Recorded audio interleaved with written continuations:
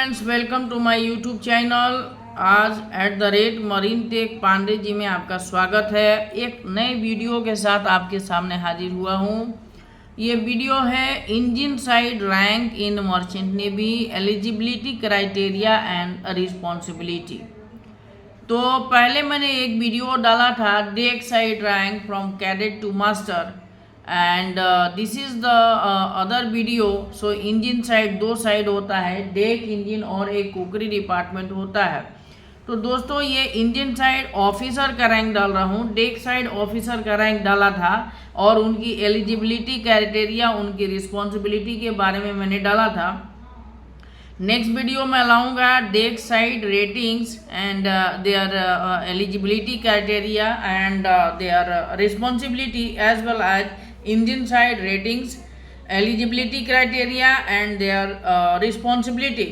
सो चलिए आते हैं। पहला जो है चीफ इंजीनियर जो है मैक्सिमम रैंक है इंजन साइड में, जो कि आप अगर इंजन कैडेट या 5th इंजीनियर से अपना कैरियर स्टार्ट कर रहे हैं मर्चेंट नेवी में, तो आपका मैक्सिमम क्या है? तो मैक्सिमम आप चीफ इंजीनियर बन के जो है जहाज पे अपनी सेवा दे सकते हैं, सर्विस दे सकते हैं। तो ये देखिए रैंक इन मर्चेंट नेवी में राइट साइड आप देखेंगे तो मास्टर है, कैप्टन ऑफ द वेसल, फिर चीफ ऑफिसर है, उसके बाद डेक साइड ऑफिसर्स और डेक साइड रेटिंग्स है। लेफ्ट साइड में हम चलेंगे, चीफ इंजीनियर है, second engineer, third engineer, fourth engineer, 5th engineer.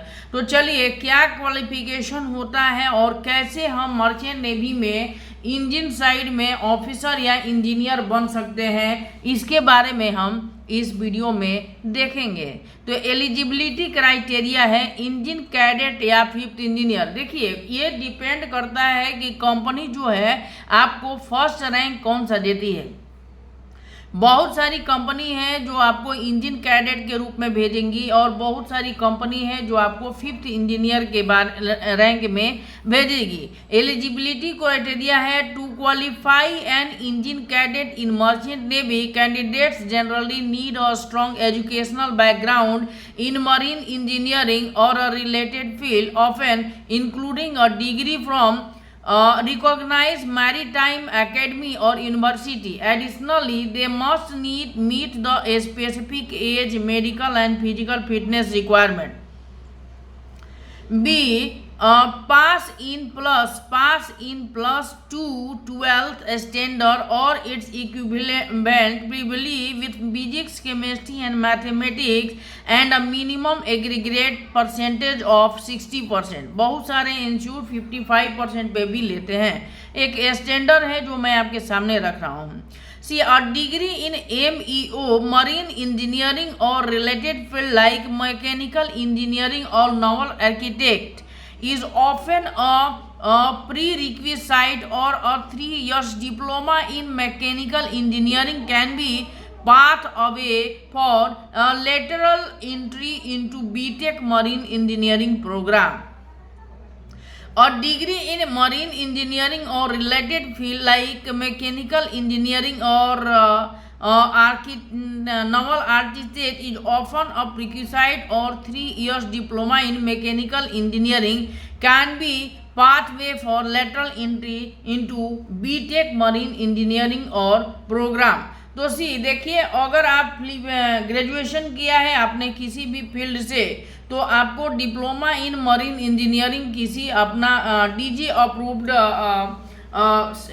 Approved institute से करना है, और आपने 3 साल का बीई मैकेनिकल किया है या बीटेक मैकेनिकल किया है, तो आप जो है डायरेक्टली कैडेट के रूप में जहाज पे जा सकते हैं। आपकी रिस्पॉन्सिबिलिटी क्या है जब आप इंजन कैडेट या 5th इंजीनियर के रूप में जहाज पे जाते हैं?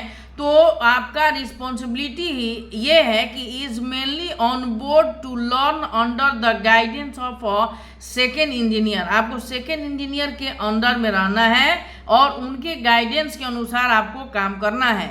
His duty is to take soundings, go for engine round duties, do document works, all under the supervision of senior officers. He also changes oil filters, manages workshop tools, assembling, cleaning, and dismantles the main air compressor, air purifier, and sewage plant under the supervision of a senior engineer. तो ये cadet के काम है. In fact cadet जो है engine side में document work में भी उसका यूज किया जाता है, जो कि सेकेंड इंजीनियर के अंडर में आता है. ठीक है, आप कैडेट हो गए. कैडेट के बाद आपको जो है 6 महीना मिनिमम करना है एक जहाज पे जिसका प्रोपल्सन जो है 750 किलोवाट है. 6 महीना सी सर्विस करने के बाद आप जो है एमईओ क्लास 4 एफजी सीओसी के लिए अप्लाई करेंगे, एग्जाम देंगे और वो क्लियर होगा तब आपके पास आ जाएगा एमईओ क्लास 4 एफजी. आप जैसे इंजन कैडेट में थे या 5th इंजीनियर में थे, जैसे आपके पास एमईओ क्लास 4 एफजी आता है, आप जो है 4th इंजीनियर या जूनियर इंजीनियर में एज पर companies requirement you will be employed. And your responsibility देखिए, for certification of officer in charge क्या है eligibility of an engineering watch is a manned engine room or designated duty engineer in a periodically unmanned engine room. Every candidate shall have performed engine room watchkeeping duties as appropriate for motor steam for a period of not less than 6 months in the engine department of a sea-going powered by main propulsion machineries of 750 kilowatt propulsion power of more under the supervision of the chief engineer officer or a qualified engineer officer.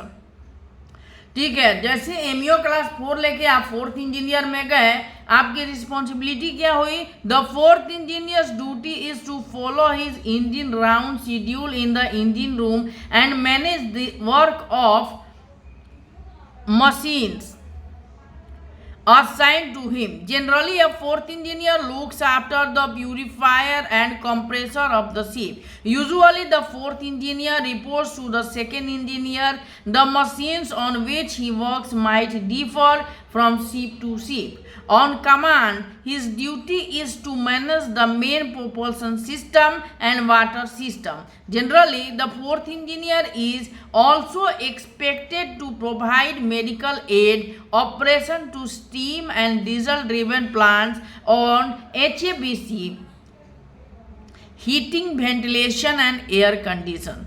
ठीक है, 4th engineer होने के बाद आप MEO class 4 ले लिया आपने, तो आप जो है आपका नेक्स्ट रैंक आएगा 3rd इंजीनियर. 3rd इंजीनियर के लिए आपकी जो एलिजिबिलिटी क्राइटेरिया है वो कंपनी टू कंपनी चेंज होती है, और किसी किसी कंपनी में after class 4 with 12 months of sea service you can be promoted as 3rd engineer. ठीक है, आफ्टर क्लास 4, ठीक है, 4th इंजीनियर में 12 महीना करेंगे तो आपको जो है 3rd इंजीनियर बनाया जाएगा. या आफ्टर क्लास 2 कोई कंपनी 3rd इंजीनियर का मिनिमम रिक्वायरमेंट सीओसी क्लास 2 मांगता है. ठीक है, तो क्लास 2 के लिए क्लास 4 के बाद minimum 12 months of sea service चाहिए, और आप जो है क्लास 2 के लिए जा सकते हैं. और क्लास 2 सीओसी लेने के बाद आप 2nd इंजीनियर भी, क्योंकि 2nd इंजीनियर की भी क्वालिफिकेशन जो है क्लास 2 है. तो 3rd इंजीनियर की क्या रिस्पॉन्सिबिलिटी है? Along with the duty engine room rounds, the 3rd engineer is responsible to check for the machines under the surveillance of the chief engineer. The fire room, boiler and auxiliary machines are the responsibility of a 3rd engineer. Generally, boiler and auxiliary engines are also the machines looked after by the 3rd engineer. All the pump lines, emergency pump lines, provisions, reefer and ship spares are stores are also managed by the 3rd engineer. Generally, the duties of the 3rd engineer vary from company to company and are clearly recorded by in company SMS. ठीक है। अब third engineer बन गए, class 2 COC आ गया, तो अभी आपको बनना है सेकेंड इंजीनियर। सेकेंड इंजीनियर के लिए after class 2 COC with 12 month of sea service required है। Sea with after class 2 COC और 12 महीने का सी सर्विस रहेगा तभी आपका प्रमोशन होगा सेकेंड इंजीनियर में। बट इट ऑल्सो वेरीज, ठीक है, कोई कोई कंपनी क्लास 2 के बाद 6 मंथ वाले थर्ड इंजीनियर को भी सेकेंड इंजीनियर बना देता है। तो देखिए, for certification of second engineer officer of on ship powered by main propulsion machinery of 3000 kilowatt propulsion power or more, MEO class 2, every candidate shall have not less than 12 months of approved sea service as appropriate for motor, steam or engine department for a sea-going ship as qualified engineer officer on ships of 750 kilowatt or more। ठीक है, अभी देखिए, एक मैंने डाला था high voltage course. High voltage course करना यहाँ जरूरी है। यहाँ पे अगर हाई वोल्टेज कोर्स आप करते हैं तो आपके सीओसी पे not less than not more than इस चीज़ की वो नहीं रहेगा। ठीक है, तो आप एक हाई वोल्टेज कोर्स भी करें जब आप सीओसी के लिए अप्लाई करते हैं। तो रिस्पॉन्सिबिलिटी ऑफ सेकेंड इंजीनियर क्या है? The second engineer is assisted by the other junior engineers for day to day work in the engine department and has been given a special engineer gives daytime which in the engine room. He also looks after the document copies and lamination work assisted by the fifth engineer. A highly skilled and specialized second engineer is the heart of engine room. If he has good troubleshooting and leadership qualities, then people in the engine room have a good time. तो second engineer क्या होता है? The heart of engine room होता है। ठीक है, second engineer के बाद क्लास 2 सीओसी के बाद आपको जाना है MEO class 1 COC. MEO class 1 COC होगा तभी आप चीफ इंजीनियर बनेंगे और इंजन साइड का जो लास्ट है पोजीशन है वो आप ले सकेंगे। तो with MEO class eligibility criteria है MEO class 1 FG for certification of machinery of 3000 kilowatt propulsion power or more. Every candidate shall have approved sea-going services as appropriate motor, steam in engine department of sea-going ship as engineer officer in charge of engineering works on ship of 750 kilowatt or more for a period of not less than 36 months, which shall include not less than 12 months as a holder of certificate of competency as MEO class 2 or ship powered by main engine propulsion machinery of 3000 kilowatt propulsion. However, in such cases, the period of 36 months shall be reduced to 30 months as 12 months of sea services as appropriate for motor, steam in engine department of sea-going ship has been served as second engineer officer on a sea-going ship powered by main propulsion machinery of 3000 kilowatt. Responsibility: the chief engineer is responsible for the engine department.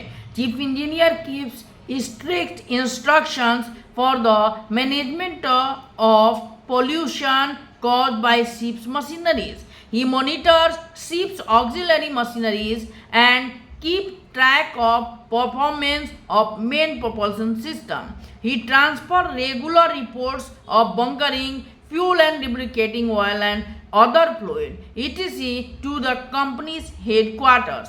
Reporting any sort of damages in machinery or any other technical issue arising has to be done by the chief engineer. So Indian side में chief engineer is equivalent rank as master in deck side. ठीक है, एक rank होता है electro technical officer, trainee electrical officer. जो लोग diploma in electric या electronic से करते हैं उनको पहले जैसे इंजन कैडेट जाता है वैसे इंजन कैडेट विथ मतलब इलेक्ट्रिकल में जाता है, उसको ट्रेनी ईटीओ बोलते हैं, ट्रेनी ईटीओ। और ट्रेनी ईटीओ करने के बाद वो ईटीओ सीओसी के लिए अप्लाई करते हैं और उसके बाद वो बन जाते हैं electrical officer ETO. One of the most important persons on board, he looks after electrical and technical aspects on board. The advanced unmanned ship UMS have a special requirement of an ETO, as such ships have immense electric requirements and computer control machines. With automation becoming a great asset in running a ship, the role of an ETO is becoming dominant each day. So, how is the video? Kindly subscribe, kindly comment, kindly view and share, and kindly subscribe at the Marintech Pandey. If you have any query, please contact us on our mobile number 90041 90254.